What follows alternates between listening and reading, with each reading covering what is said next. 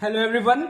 Last video की discussion को continue करते हुए हम आज ये डिस्कस करने वाले हैं कि क्वालिटी फैक्टर क्या होता है।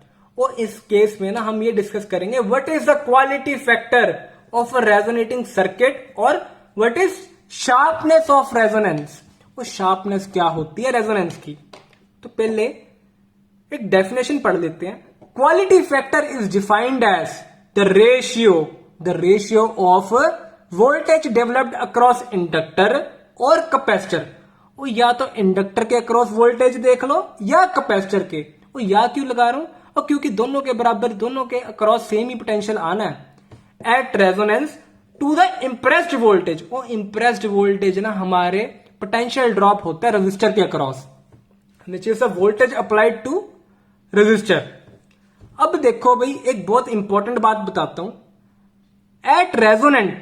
एट रेजोनेंस कंडीशन हमारा सर्किट एक प्योरली रेजिस्टिव सर्किट की तरह काम करता है और ऐसे लगता है जैसे हमारे सर्किट में इंडक्टर या कैपेसिटर लगा ही ना हो। वो इस तरह काम करता है कि हमारे करंट और ईएमएफ के बीच में फेस एंगल कितना आ जाता है? 0। आपको प्रूफ भी करके बताया था। टेंजेंट फाई इक्वल टू 0 आया था, फिर फाई इक्वल टू 0 निकाला था। और फाई इक्वल टू 0 का मतलब यही था कि हमारा करंट और ईएमएफ के अंदर फेज डिफरेंस कितना है? 0। तो दोनों के लिए इक्वेशन क्या बनेंगी? E not sine omega T और I not sine omega T. ठीक है। अब क्वालिटी फैक्टर क्या था? वोल्टेज अक्रॉस इंडक्टर और capacitor divide by applied voltage. ओ भाई, I XL upon I R, मतलब मैंने पहले लिख दिया कैपेसिटर या इंडक्टर के across drop divide by impressed voltage, जो मेरी क्या आ रही थी? Potential difference across resistance R.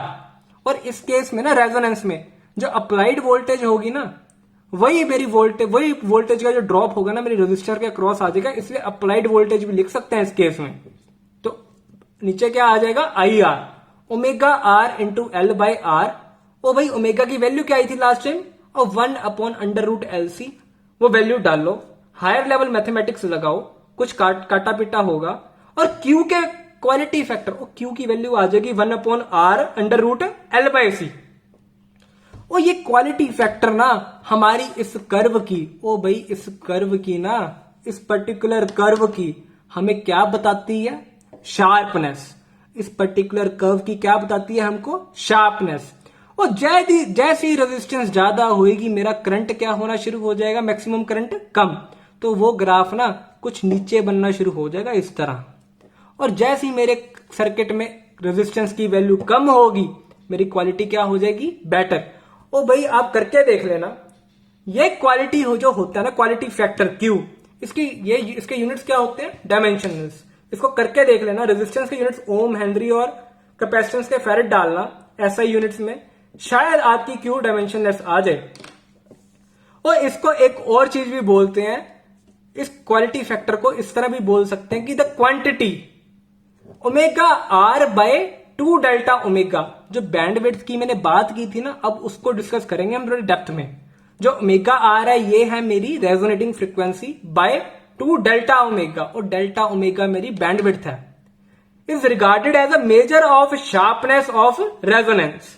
और जितनी वैल्यू ये ज्यादा होएगी उतना क्वालिटी फैक्टर ज्यादा होएगा और उतना ही मेरे सर्किट बेटर होगा फॉर एक्सेप्टर और basically for tuning purposes. That means quality factor of resonant circuit is the ratio of resonance angular frequency to bandwidth of the circuit, to the bandwidth of the circuit। और इस time पे मैंने आपको बताया था कि मेरे सर्किट में मैक्सिमम पावर का हाफ हो जाता है। अब उस पर्टिकुलर चीज को हम क्वांटिटेटिवली देखेंगे। हमारे सर्किट में पावर क्या आती थी? और आरएलसी सीरीज सर्किट में पावर क्या आती थी? EV IV cosine phi, where EV and IV were the virtual values. In case of resonance, वो अगर रेजोनेंस का केस ही कंसीडर कर ले, हमारा फाई कितना आ रहा था? 0। तो cos फाई कितना हो गया? 1। तो पावर मैक्सिमम कितनी होगी? मैक्सिमम पावर कितनी आ गई इस केस में? EV into IV। और EV IV को कैसे लिखा था हमने? E not I not by 2। और इसको इस तरह भी लिख सकते हैं, आई नॉट स्क्र Z बाई 2, जहां पे Z की वैल्यू क्या है? R।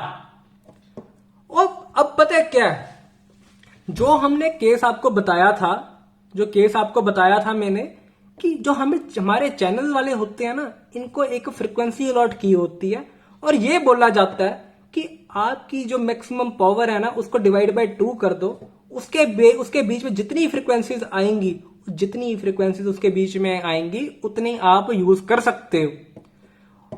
और ये जो पावर पी मैक्स बाय 2 है ना, ये बेसिकली पता है क्या है, वो ये है, ये देखो आई नॉट वी नॉट बाय 2 तो मैक्सिमम पावर थी, लेकिन डिवाइड बाय 2 कर दो, क्या बचेगा, आई नॉट वी नॉट बाय 4, या इसको इस तरह लिख सकते हैं आई नॉट स्क्वायर आर बाय 4। इसको कुछ इस तरह भी लिख सकते हैं, आई नॉट बाय अंडर रूट 2 का स्क्वायर आर बाय 2। और ये चीज पता है क्या बताती है, ये कहती है कि हमारी सरकार क्या करती है, चैनल वालों को वो वैल्यू दे देती है। मान लो अगर ये आई नॉट करंट है तो इसकी वैल्यू क्या आएगी, आई नॉट बाय रूट 2, और वो वैल्यू ऑफ करंट जहां पे हमारा जो करंट होगा ना सर्किट में, वो मैक्सिमम करंट का 1 बाय रूट 2 टाइम्स रह जाए। क्या रह जाए, मैक्सिमम करंट का 1 बाय रूट 2 टाइम्स। और वो करंट जब वो इनको वहां तक फ्रीक्वेंसी अलॉट होती है तो मैक्सिमम करंट की 1 बाय रूट 2 वैल्यू रह जाए। ठीक है, अब अगर हम सिमेट्री देखें तो ऐसी 2 वैल्यूज आती हैं, वो ऐसी ना 2 वैल्यूज आती हैं, कितनी, 2। वो ऐसी 2 वैल्यूज आती हैं जिसके ऊपर, ओ भाई जिसके ऊपर मेरी पावर कितनी रह जाए, पी मैक्सिमम बाय 2। इनको हम बोल देते हैं ओमेगा 1 और ओमेगा 2। और जो ये पर्टिकुलर चीज होती है ना, इसको हम बोलते हैं बैंड विड्थ। इसको क्या बोलते हैं हम लोग, बैंड विड्थ। ठीक है, तो ओमेगा 1, ठीक है, ओमेगा 2 माइनस ओमेगा 1 क्या मेरा, 2 delta omega, where delta omega is omega R minus omega 1 equal to omega 2 minus omega R equal to delta omega. मैं उम्मीद करता हूं ये चीज आपको समझ आ गई होगी। अब जो मैंने आपको आई नॉट बाय रूट 2 चीज समझाई है उसकी मैथमेटिकल एक्सप्लेनेशन देख लो। Power at omega 1 and omega 2, मैं उम्मीद करता हूं आपको ओमेगा 1 और ओमेगा 2 समझ आ गए होंगे। कितनी आएगी उस पर, ईवी आईवी बाय 2, और मैक्सिमम पावर की हाफ। तो इसको इस तरह लिख सकते हैं ई नॉट आई नॉट बाय 4। इसको अगर तोड़ के देखें और आर की टर्म्स में कन्वर्ट कर ले तो वैल्यू क्या बचेगी, आई नॉट बाय रूट 2 का whole square into R by 2। तो मैं उम्मीद करता हूं अब आपको ये बैंड विड्थ का केस समझ आ गया होगा। ये वो विड्थ है जो हमारे चैनल या स्टेशन को अलॉटेड होती है, वह अपनी ईएम वेव्स की फ्रीक्वेंसी इसके बीच में रख सकते हैं, इसके बाहर नहीं जा सकते। जैसे इसके बाहर जाएंगे कोई ना कोई दूसरे चैनल सिलेक्ट होना शुरू हो जाएगा या उनमें कोई ना कोई इंटरमिक्सिंग होनी शुरू हो जाएगी। तो इस तरह हम एक पर्टिकुलर चैनल सिलेक्ट करते हैं और जितनी ज्यादा इस वैल्यू की पीक होगी ना, हमारा सर्किट उतना ही अच्छा एक्सेप्टर होगा। क्यों, इसका कारण, ओ भाई मान लो अगर हमारा सर्किट की जो कर्व है वो ऐसे ना होकर कहीं नीचे से बन रही हो, कहीं नीचे से बन रही हो लाइक दिस, तो इसमें क्या होगा, जो हमारा आई नॉट बाय रूट 2 करंट आएगा वो बिल्कुल साथ में ही आ जाएगा, डिफरेंशिएशन कम होगी और इसके जो बगल वाली फ्रीक्वेंसीज होगी हो सकता है कि उसके साथ ये इंटरमैच कर जाए, उसके साथ रिलेट कर जाए और हमें एक टाइम पे 2 चैनल सुने, जो कि दिक्कत वाला काम है।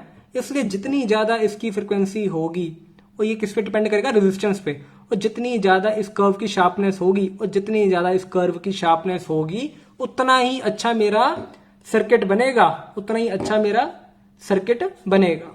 मैं उम्मीद करता हूं आपको ये वीडियो समझ आ गई होगी। अगर इस वीडियो में आपको कोई भी डाउट है तो प्लीज जरूर पूछिए। Thank you.